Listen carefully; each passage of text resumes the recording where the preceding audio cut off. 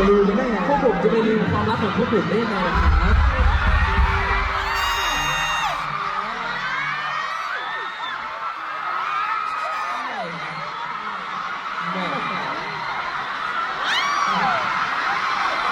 ก็ครบแล้วนะครับผมแต่คนเลิกทิ้งเลยนะครับเฮ้ยคุณรู้ไหมเมื่อกี้ที่เราเล่นไปอ่ะพี่ขุนโอ้โหเมื่อกี้อ่ะทำไมฮะเราเล่นเพลง See You Somewhere ใช่ไหมครับครับผมพี่บิวกิ้นแล้วเราก็เล่นเพลงยิ่งคบยิ่งไม่รักของไดซ์ครับผมวันนี้ผมเลยมีอันนี้ให้ทุกคนดูครับอะไรครับอะไรอ่ะเฮ้ยอะไรเนี่ยเดี๋ยวทุกคนดูนี่กันทุกคนดูจับกล้องไหนกล้องไหนโอพีครับโอพีเดี๋ยวอะไรมานะ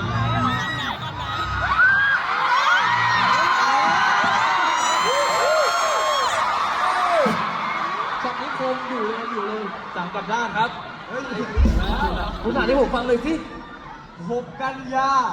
คอนเสิร์ตน้องใจที่